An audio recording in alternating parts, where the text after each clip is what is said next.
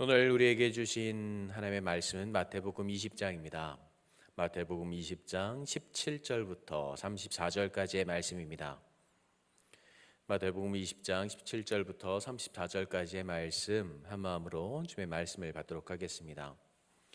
예수께서 예루살렘으로 올라가려 하실 때에 12제자를 따로 데리시고 길에서 이르시되 보라, 우리가 예루살렘으로 올라가노니 인자가 대제사장들과 서기관들에게 넘겨짐에 그들이 죽이기로 결의하고 이방인들에게 넘겨주어 그를 조롱하며 채찍질하며 십자가에 못 박게 할 것이나 제3일에 살아나리라. 그때 세베대의 아들의 어머니가 그 아들들을 데리고 예수께 와서 절하며 무엇을 구하니 예수께서 이르시되 무엇을 원하느냐. 이르되 나의 이 두 아들을 주의 나라에서 하나는 주의 우편에 하나는 주의 좌편에 앉게 하소서. 예수께서 대답하여 이르시되 너희는 너희가 구하는 것을 알지 못하는도다. 내가 마시려는 잔을 너희가 마실 수 있느냐. 그들이 말하되 할 수 있나이다. 이르시되 너희가 과연 내 잔을 마시려니와 내 좌우편에 앉는 것은 내가 주는 것이 아니라 내 아버지께서 누구를 위하여 예비하셨든지 그들이 얻을 것이니라. 열 제자가 듣고 그 두 형제에 대하여 분히 여기거늘 예수께서 제자들을 불러다가 이르시되 이방인의 수입권자들이 그들을 임의로 주관하고 그 고관들이 그들에게 권세를 부리는 줄을 너희가 알거니와 너희 중에는 그렇지 않아야 하리니 너희 중에 누구든지 크고자 하는 자는 너희를 섬기는 자가 되고 너희 중에 누구든지 읍됨이 되고자 하는 자는 너희의 종이 되어야 하리라. 인자가 온 것은 섬김을 받으려 함이 아니라 도리어 섬기려 하고 자기 목숨을 많은 사람의 대속물로 주려 함이니라. 그들이 여리고에서 떠나갈 때에 큰 무리가 예수를 따르더라.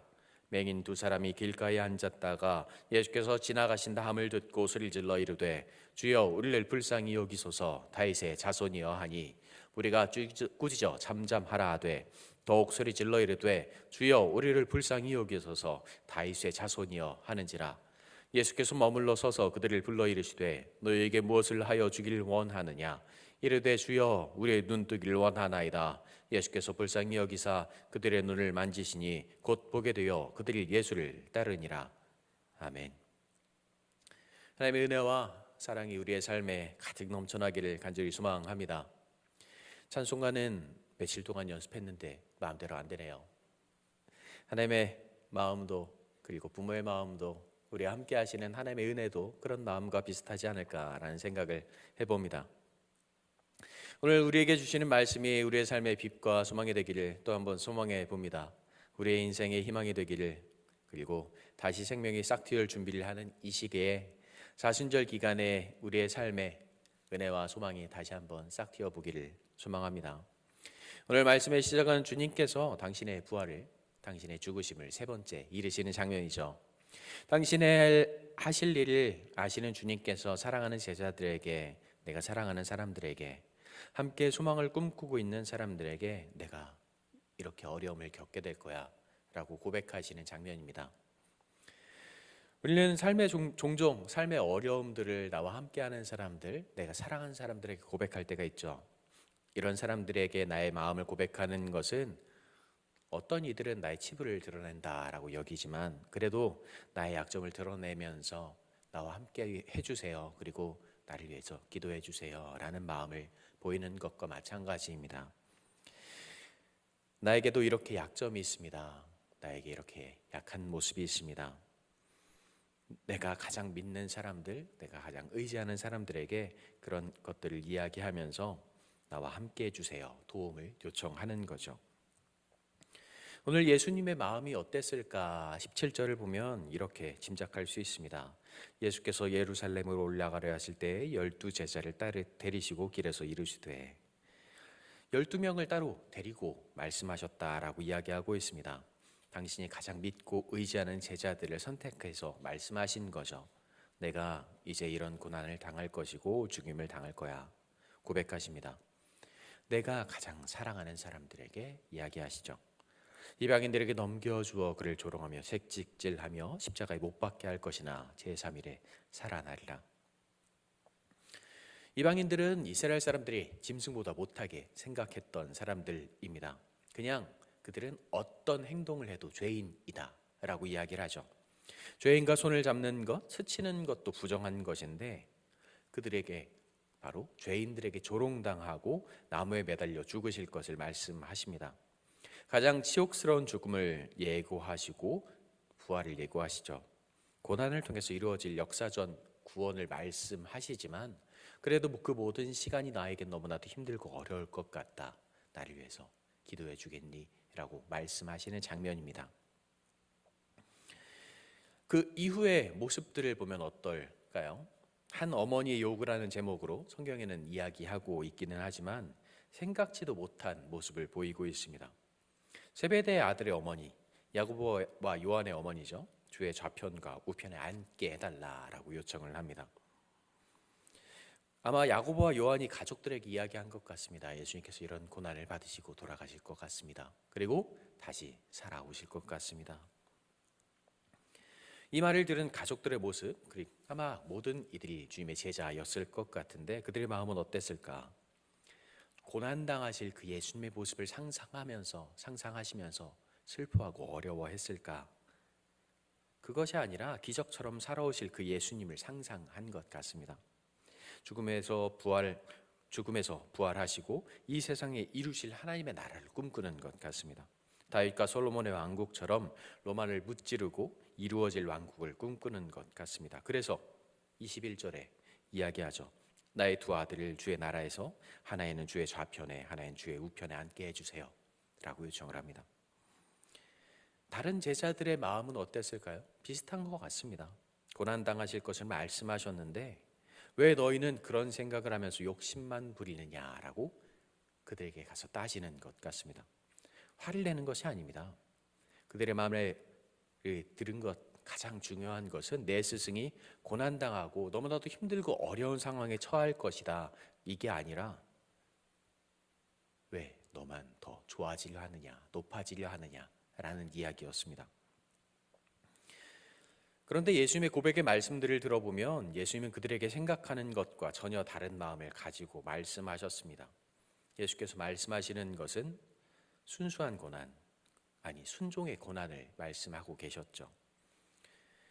우리가 잘 아는 겟세마네 동산에서 기도하시는 예수님의 모습을 보면 알 수가 있습니다. 26장 39절이죠. 나중에 읽어 나가겠지만 이렇게 이야기합니다. 조금 나아가사 얼굴을 땅에 대시고 엎드려 기도하며 이르시되 내 아버지여 만일 할만하시거든 이 잔을 내게서 지나가게 없소서.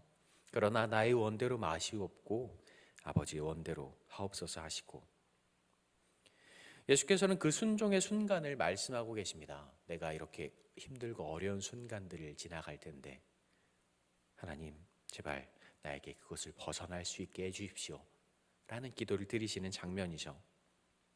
그 순종이 당신을 죄인들에게 내어주시고 낮아지심을 보이는 것, 다른 이들보다 더 낮은 곳으로 내려가심을 보이는 것을 알고 계셨습니다. 그렇게 말씀하고 계시죠.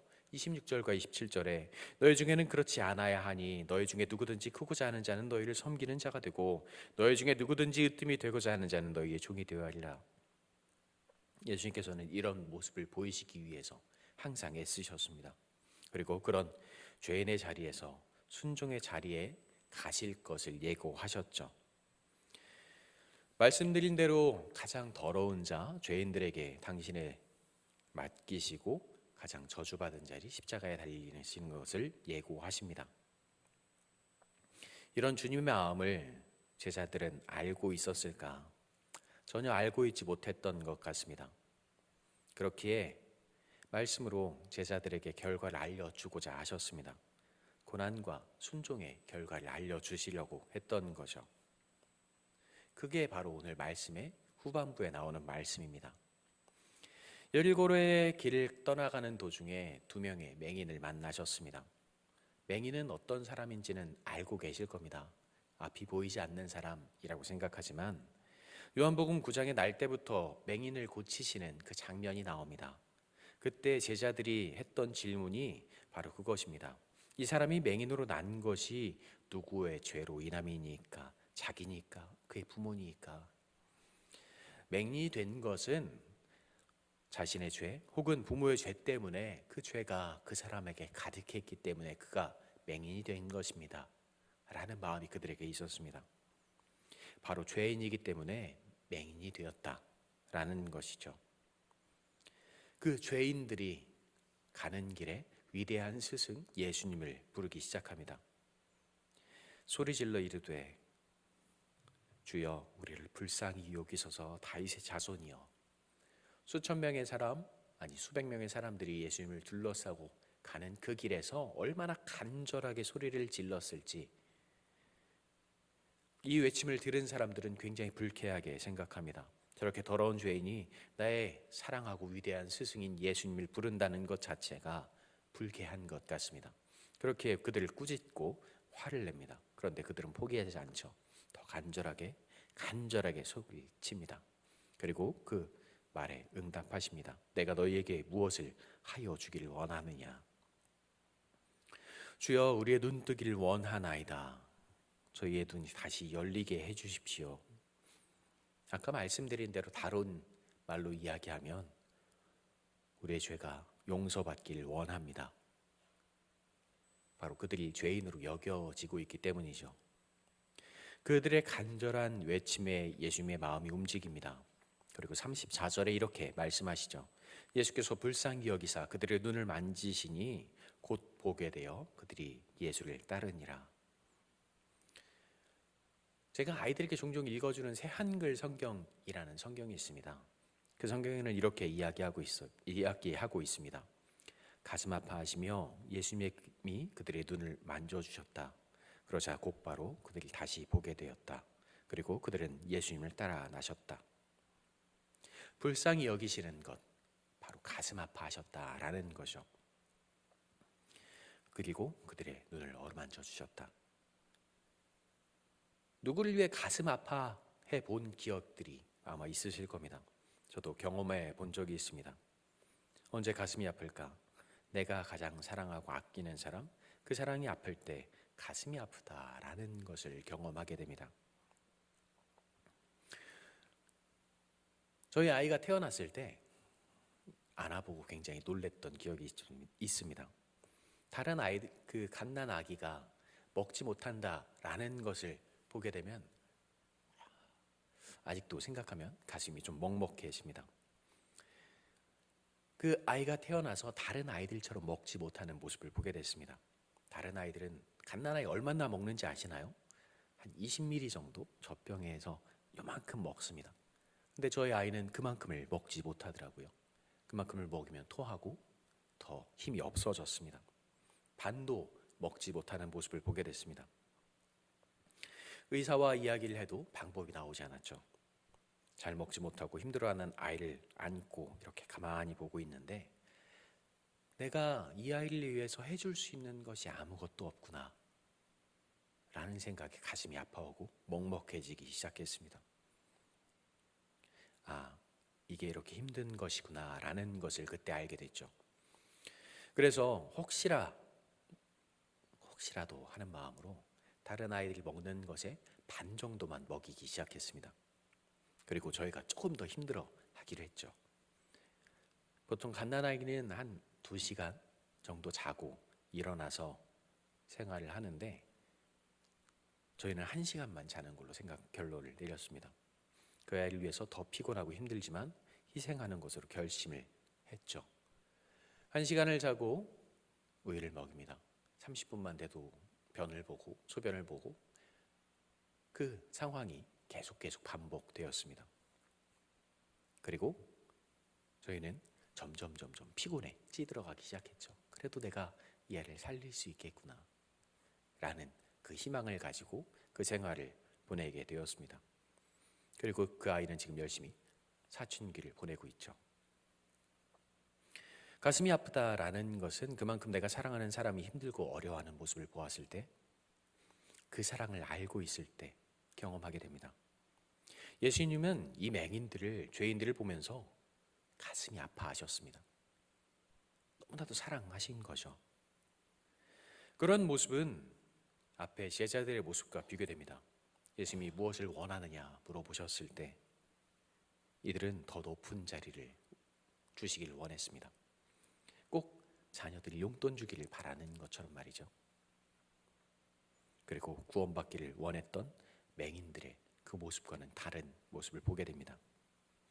이 두 번의 요구에서 예수님은 전혀 다른 반응을 보이십니다. 너희는 아직도 내 마음을 모르고 있구나. 그리고 죄인들을 보시면서 가슴 아파하시던 모습입니다. 이런 마음을 우리가 가지고 있습니다. 그리고 지금 사순절의 시간을 보내고 있습니다. 그리고 우리가 준비해야 하는 마음이기도 합니다. 예수님께서는 우리를 가슴 아파하면서 보고 계시지만 우리는 그 마음을 전혀 모르고 있을 때가 많이 있는 것 같습니다. 그리고 그 고난을 당연하게 생각할 때가 많이 있기 때문입니다.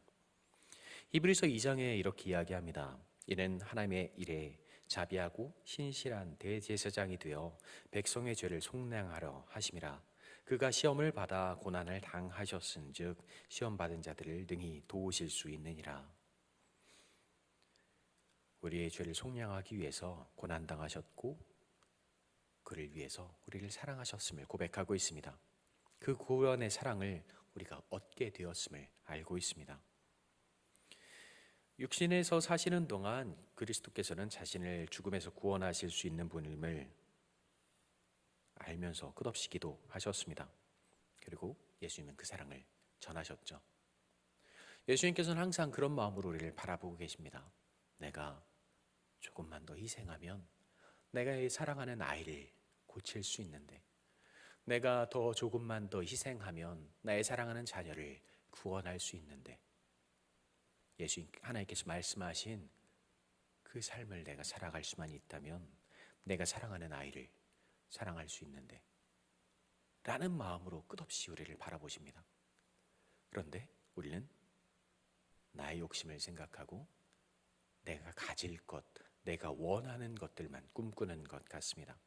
그 사랑을 받아놓고 꼭 사춘기 아이를 바라보는 것처럼, 사춘기 아이가 된 것처럼 내가 가질 수 있는 것, 내 손에 쥐어지는 것들만 더 꿈꾸는 것 같습니다. 오늘 말씀이 그렇게 이야기하는 것 같습니다. 내가 너를 위해서 희생할 준비가 되었고 너를 사랑할 준비가 되었다. 그리고 너를 사랑하고 있다. 끝없이 고백하시는 주님께 내가 이게 더 갖고 싶습니다. 내가 이걸 더 누리고 싶습니다. 내가 더 아름다워지고 싶습니다. 외치고 있는 것 같습니다. 사순절 기간 주님의 은혜를, 주님의 사랑을, 그 주님의 순종하심을 통해서 고백하시게 된 그 역사하심을, 그 사랑하심을 더 간절히 경험할 수 있는 우리가 되기를 또 한번 소망해 봅니다. 주님께서는 갓난 아기를 바라보시는 것처럼 우리를 품에 안으시고 그 사랑의 눈으로 우리를 바라보셨습니다. 그리고 내가 이 아이를 위해서 어떻게 더 희생할 수 있을까? 어떻게 더 사랑할 수 있을까 고민하셨습니다. 우리가 그 사랑을 안고 그 사랑을 받고 자라왔습니다. 살아왔습니다. 그 사랑이 우리 안에 있음을 기억하고 그 사랑을 온전히 나눌 수 있는 우리 한 사람 한 사람의 성도들이 되기를, 그리고 도남동교회가 되기를 소망해 봅니다. 기도하겠습니다. 사랑과 은혜가 가득하신 주님 감사합니다. 우리를 품에 안으시고 우리에게 말씀하시고 역사하셨던 그 주님의 사랑을 다시 한번 고백하게 하여 주시옵소서. 나를 안으시고 말씀하셨던 그 주님의 목소리를 듣게 하시고 나를 안으시고 고백하셨던 그 주님의 고백을 알게 하여 주시옵소서. 그리고 나를 위해 희생하셨던 그 주님의 사랑 안에 하루하루 감사함으로 살아갈 수 있는 우리가 되게 하여 주시옵소서.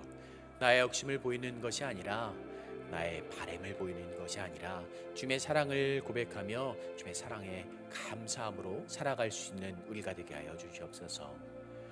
주님께서 맡겨주셨고 주님께서 베푸셨던 그 은혜를 기억하는 이 사순절 기간 주님의 마음만 가득한 우리가 되게 하시고 주님의 사랑을 온전히 나눌 수 있는 우리가 되게 하여 주시옵소서.